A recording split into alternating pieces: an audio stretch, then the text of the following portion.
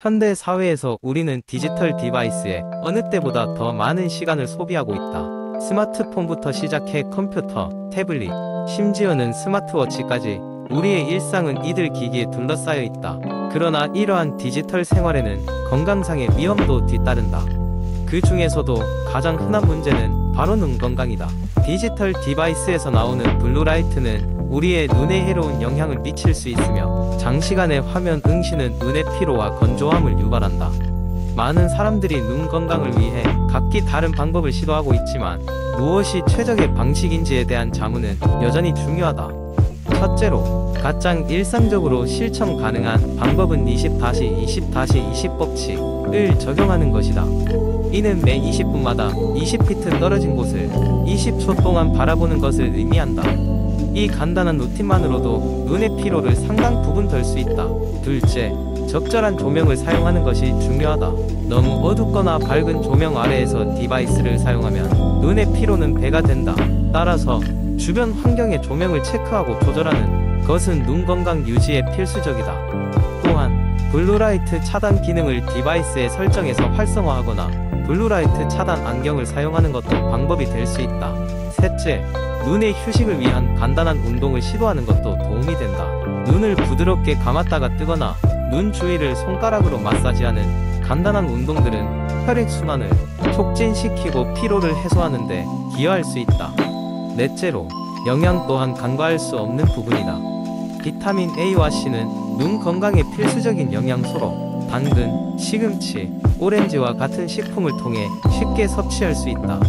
현대인들은 종종 업무와 일상 속에서 이러한 영양소 섭취를 놓치기 쉬우므로 건강 보조제를 통해 보충하는 것도 고려해 볼 만하다. 가장 중요한 것은 이러한 방법들을 꾸준히 실천함으로써 우리의 디지털 라이프 스타일 속에서 눈 건강을 지키는 것이다.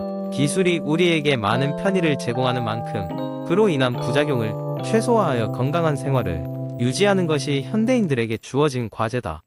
장기적으로는 각종 연구와 발전을 통해 디지털 기기를 사용하는 가운데에서도 더 안전하고 건강한 방법들이 개발될 것으로 기대된다. 두 번째 이야기. 어느 날 피부 트러블로 고민하던 혜진은 도저히 매일같이 사용하던 화장품들로도 해결되지 않는 문제들 때문에 스트레스를 받고 있었다. 그렇게 고민에 고민을 거듭하던 끝에 그녀는 좀 더 자연스러운 방법으로 피부 건강을 되찾아 보겠다는 다짐을 하게 되었다. 첫 번째로 혜진이가 실천한 것은 충분한 수분 섭취였다. 평소 물을 잘 마시지 않던 그녀는 매일 아침에 일어날 때마다 물 한 잔을 마시고 매 시간마다 알람을 맞추어 물을 챙겨 마시기 시작했다. 이렇게 꾸준히 물을 마시니 피부가 건조하지 않고 생기가 돌기 시작하는 것을 느낄 수 있었다. 두 번째로, 혜진이는 자연에서 얻을 수 있는 성분들을 활용하여 피부에 좋은 마스크팩을 만들어 보았다. 그녀는 꿀과 요구르트를 믹스하여 샘플팩을 만들고 주말마다 자극 없는 마스크팩을 얼굴에 발랐다. 꿀은 보습 성분이 풍부하고 요구르트는 피부 각질을 부드럽게 제거하는 데 도움을 주었기 때문에 팩을 즐기면서도 피부가 매끄러워지는 것을 경험할 수 있었다. 세 번째로는 충분한 휴식과 수면이었다. 바쁜 일상 속에 항상 잠이 부족했던 혜진은 정해진 시간에 자고 일어나는 규칙적인 수면 습관을 들이기로 결심했다. 매일 7에서 8시간씩 숙면을 취하기 위해 취침 전에 스트레칭과 명상을 하며 몸과 마음을 안정시켰다. 충분한 수면은 피부 회복에 큰 도움이 되었고 피곤해서 푸석하던 피부가 점차 생기를 되찾아갔다. 네 번째로, 혜진이는 식습관을 건강하게 바꾸기로 했다. 패스트푸드와 기름진 음식을 멀리하고 신선한 채소와 과일을 매 끼에 섭취하려고 노력했다. 특히 비타민C가 풍부한 시금치와 오렌지를 자주 섭취하여 피부 회복과 재생을 촉진하는 데 도움을 주었다. 이러한 노력을 통해 혜진의 피부는 매일매일 건강해졌고 거울을 볼 때마다 자존감도 함께 상승하는 것을 느낄 수 있었다. 마지막으로, 혜진은 일주일에 3번씩 야외에서 자전거를 타며 햇볕을 받고 규칙적으로 운동하였다. 가벼운 유산소 운동은 혈액순환을 촉진시켜 피부에 더 많은 산소가 공급되게 했고 규칙적인 햇볕 노출은 비타민 D 합성에도 도움을 주어 피부의 자연적인 방어력을 강화해 주었다. 이렇게 자연스러운 방법으로 피부 건강을 되찾은 혜진은 예전보다 훨씬 밝고 자신감 있는 모습으로 일상생활을 즐길 수 있게 되었다. 결국 그녀는 피부 건강뿐만 아니라 정신적으로도 긍정적인 변화를 경험할 수 있었다. 혜진은 이 경험을 통해 인생의 모든 것들이 자연스러운 방식으로도 충분히 균형을 이룰 수 있음을 깨달았다. 세 번째 이야기, 바쁜 현대인에게 커피는 단순한 음료 이상의 의미를 갖습니다. 아침에 눈을 겨우 뜨고 나면 커피 한 잔이 자연스럽게 떠오르고 업무 중간에 집중력이 떨어질 때 우리의 의식은 무의식적으로 커피잔을 찾습니다. 이런 커피, 과연 우리에게 어떤 영향을 미치고 있는 것일까요? 다양한 시각에서 커피 중독을 바라보는 이야기를 시작해봅시다. 카페인은 중추신경계의 흥분제로 잘 알려져 있습니다. 그 덕분에 피로를 날려버리고 집중력을 높이는 효과가 있죠. 많은 사람들이 아침에 커피를 마심으로써 하루를 시작하는 원동력을 삼습니다. 카페인은 우울감을 감소시키고 기분을 개선시키는 데 도움이 되며 이는 현대인의 바쁜 일상 속에서 중요한 기능일 수 있습니다. 다채로운 연구에서는 카페인이 인지 기능을 개선하고 장기적으로 알츠하이머를 예방하는 데 도움을 줄 수 있다고 보고하고 있습니다. 하지만 이러한 긍정적인 측면에도 불구하고 카페인의 과도한 섭취는 부작용을 초래할 수 있습니다. 카페인은 중독성을 지니고 있어 의존성과 금단 증상을 일으킬 수 있습니다. 이로 인해 사람들은 필사적으로 커피를 찾게 되고 이러한 상태가 지속되면 커피 중독이라 불리는 단계에 접어들게 됩니다. 커피 중독의 증상으로는 불안, 불면증, 위장장애, 심박수 증가 등이 있으며 이러한 증상은 개인에 따라 그 심각성이 다르게 나타납니다. 한편 문화적 배경과 개인의 생활 방식에 따라 커피 섭취를 보는 시각은 다양합니다. 서양에서는 커피 문화가 깊이 자리 잡혀 있어 커피를 마시는 것이 일상적이고 사회적 활동을 위한 교류의 수단으로 인식됩니다. 반면 아시아의 일부 지역에서는 차 문화가 중심이 되어 있어 커피에 대한 인식이 서양과는 다르게 나타날 수 있습니다. 특히 한국에서는 최근 몇 년간 커피 문화가 급속도로 확산되면서 카페가 사회적 공간으로 자리매김하고 있으며 그로 인해 커피에 대한 인식도 다양해지고 있습니다. 커피 중독을 어떻게 극복할까요? 많은 전문가들은 카페인 섭취를 서서히 줄여가는 방법을 추천합니다. 갑작스러운 커피 중단은 금단 증상을 악화시킬 수 있기 때문입니다. 커피 대신 허브차나 카페인이 적은 음료를 찾는 것도 좋은 방법입니다. 또한 충분한 수면과 휴식을 통해 커피에 의존하는 빈도를 줄이는 것이 중요합니다.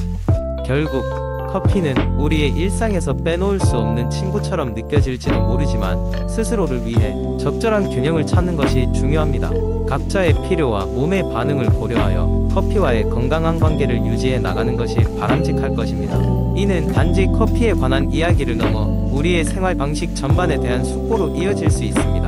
이는 자신의 라이프 스타일을 돌아보고 어떻게 하면 더 건강하고 행복한 삶을 누릴 수 있을지에 대한 고민으로 이어질지도 모릅니다. 네 번째 이야기, 옛날 어느 마을에 물이 너무나도 부족한 곳이 있었다. 그곳 사람들은 늘 물 부족으로 고생했지만 정작 물의 중요성을 정확히 아는 사람은 드물었다. 그 마을 한복판에는 나이가 지긋한 노인 한 분이 살고 있었다.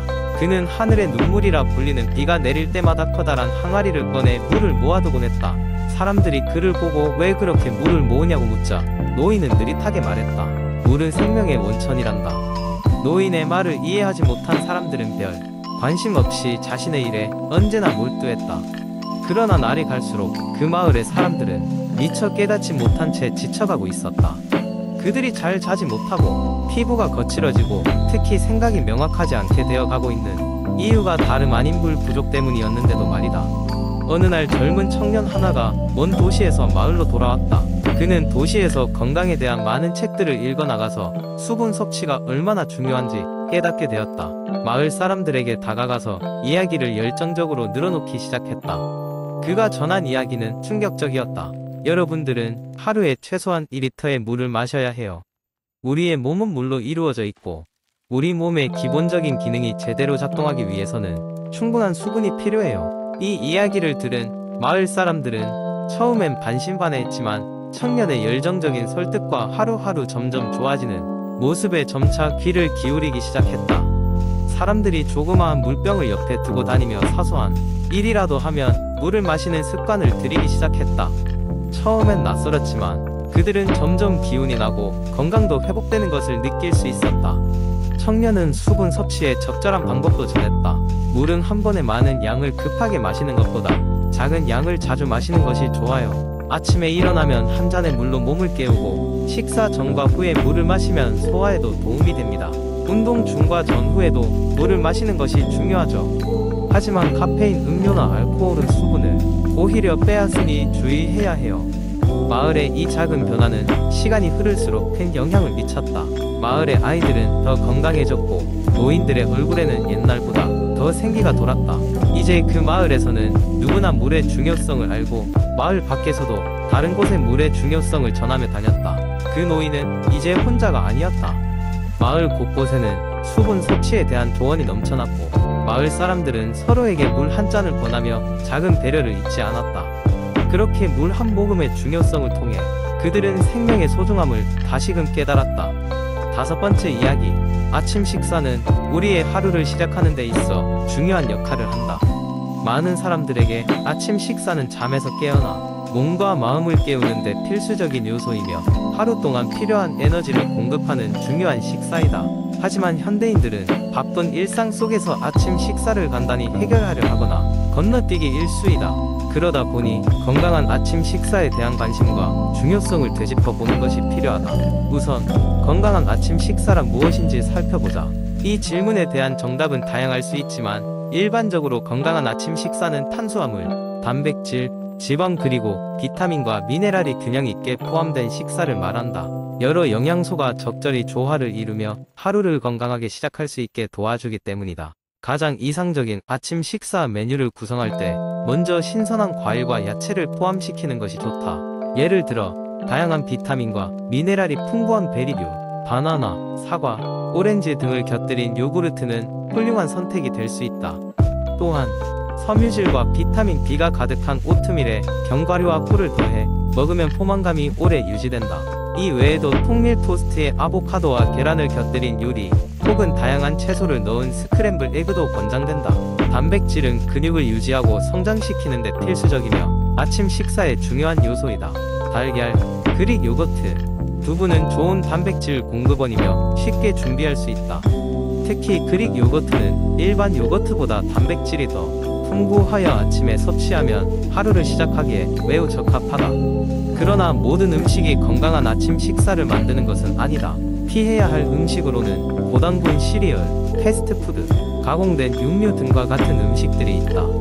이러한 식품들은 당분과 지방 함량이 높아 혈당을 급격히 상승시킨 후 급격히 떨어지게 하며 이는 결국 쉽게 피로감을 느끼게 하고 신진대사에도 좋지 않은 영향을 미친다. 그 외에도 지나치게 달거나 기름진 도넛과 페이스트리 등은 당분과 칼로리가 높고 영양가가 떨어져 피하는 것이 좋다. 이러한 피해야 할 음식들을 낮 시간대를 위해 저장해두고 아침에는 영양소가 균형 잡힌 식사를 하는 것이 장기적으로 건강에 유익하다. 이는 혈당 수준을 일정하게 유지하며 포만감을 제공해 간식을 자주 찾지 않게 도와준다. 또한 꾸준한 아침 식습관은 비만 및 당뇨병 예방에도 기여할 수 있다. 마지막으로 아침 식사의 중요성과 올바른 식습관은 개인의 생활 패턴과 선호도에 따라 다를 수 있다는 점을 기억해야 한다. 건강한 아침 식사를 즐기는 방법은 사람마다 다를 수 있으므로 자신에게 맞는 메뉴를 찾아가는 과정에서 즐거움을 느끼는 것도 중요하다.